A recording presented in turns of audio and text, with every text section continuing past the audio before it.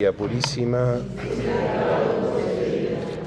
queridos hermanos, estamos renegando con este micrófono. Continuamos en esta celebración del tiempo de Navidad. Estamos celebrando este segundo domingo de Navidad. El texto del Evangelio que nos propone la liturgia para meditar forma parte del prólogo del inicio del Evangelio de San Juan. De los 4 evangelistas que relatan la vida de Jesús, los tres primeros se conocen como evangelios sinópticos, tienen una estructura bastante semejante, se puede hacer una sinopsis, un paralelismo entre ellos. Y si bien algunos son más amplios, como el de Mateo, y otros mucho más escuetos, como el de San Marcos, hay como un relato que se centra en la vida de Cristo, un relato histórico.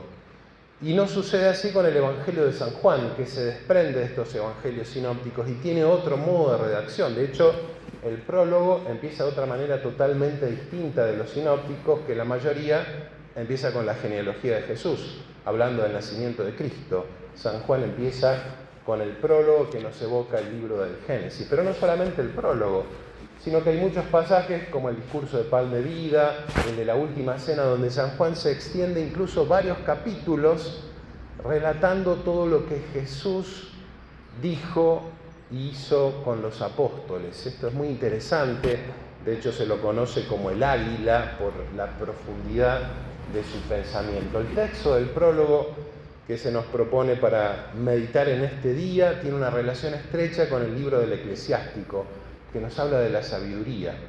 Y esa sabiduría que es nada más y nada menos que la referencia a la segunda persona de la Santísima Trinidad, la palabra que existía antes de todos los siglos y que estaba junto a Dios, como lo dice el texto del Génesis cuando comienza Dios a crear todas las cosas.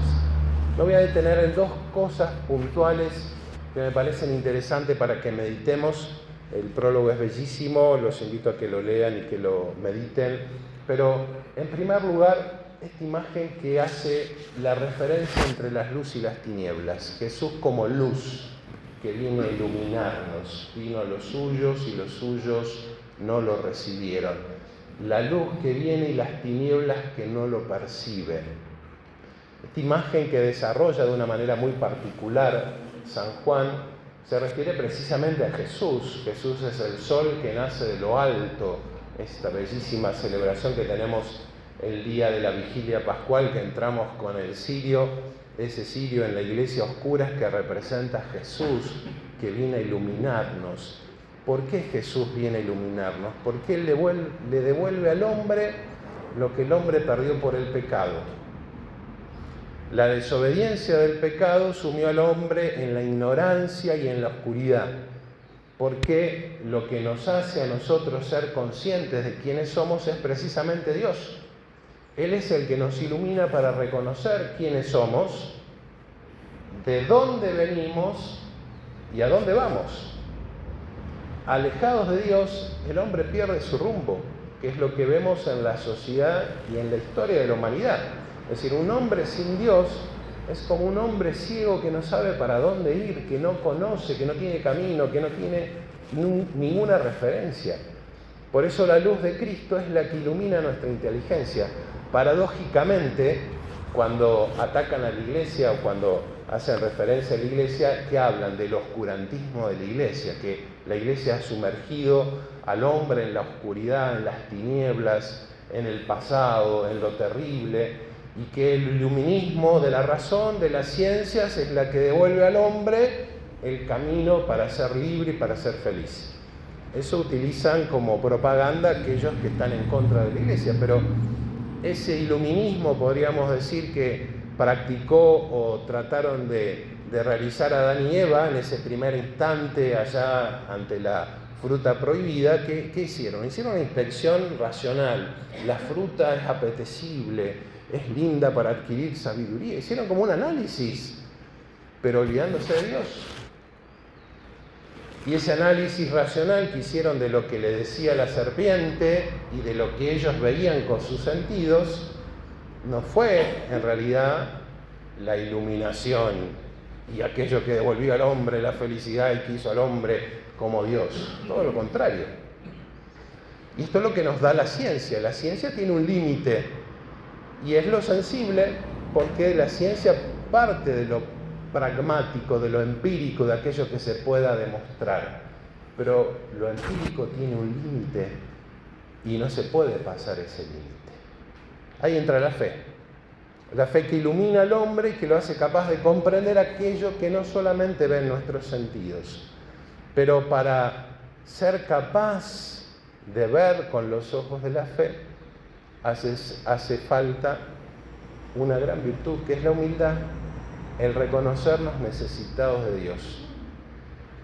El hombre, mientras más se cierra en querer pretender ser Dios, más oscurece su razón y más imposibilitado está de reconocer la obra de Dios. Algo que siempre me llama la atención y que lo he comentado infinidad de veces, es la actitud que tienen gran parte de los judíos y los fariseos con respecto a los milagros de Jesús.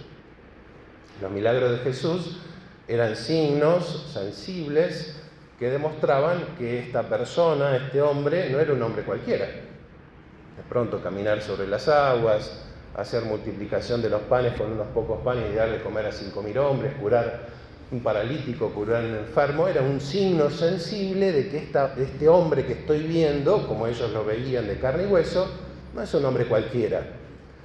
Pero tal vez el milagro que siempre me llama, y cada vez que lo leo poderosamente la atención, es decir, el grado en el que puede llegar la ceguera humana, es la resurrección de Lázaro. Cuando Jesús resucita a Lázaro, Lázaro tenía 4 días muerto, tenía olor. Esto le dice la hermana de Lázaro a Jesús. Y Jesús lo resucita.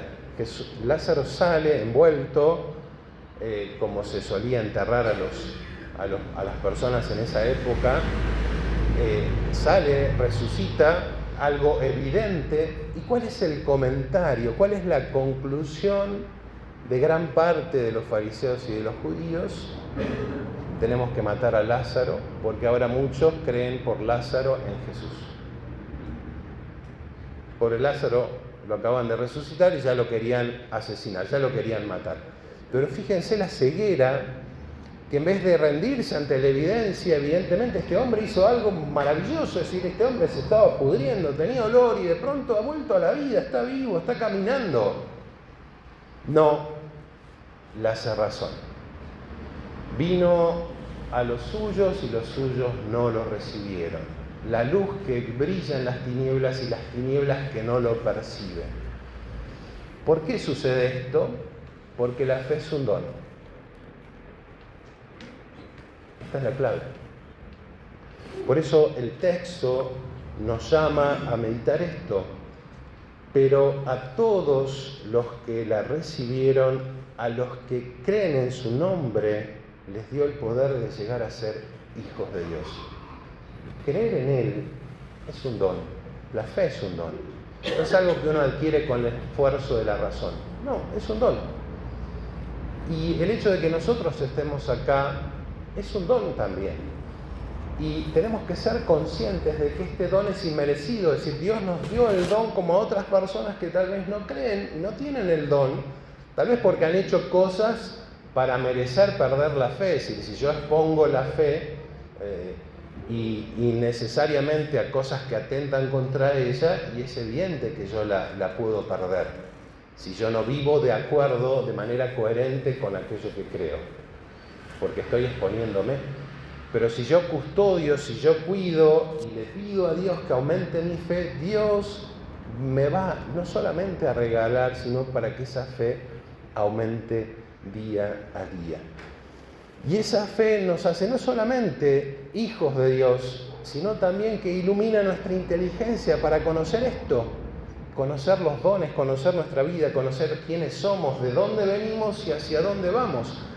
El anhelo más profundo que tiene el corazón del hombre no es nada más y nada menos que la felicidad, que ser felices. Todos añoramos esto. Pero el único que puede hacernos felices es Dios, quien nos hizo.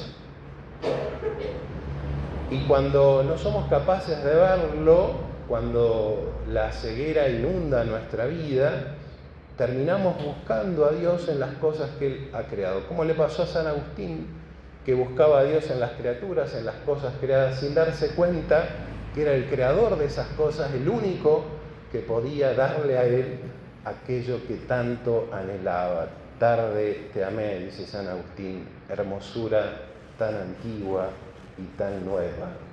Cero te amaba y pulcritudo tan nova y tan antigua. Repetía con insistencia, sabiendo que le había costado tanto a él llegar a conocer esa luz, esa sabiduría que llenaba su corazón. Hoy nosotros celebramos en este tiempo de Navidad este texto que repetimos en el Ángelus: la palabra se hizo carne y habitó entre nosotros. Es un don, es un regalo que Dios nos hace, hacernos partícipes de sus dones y nada más y nada menos que también de su filiación. Jesús nos obtuvo la gracia inmensa de ser verdaderamente hijos de Dios. Y eso es también un don, y un don que tenemos que agradecer día a día. Aprovechemos en este tiempo de manera especial a pedirle al Señor esta gracia. Ave María Purísima.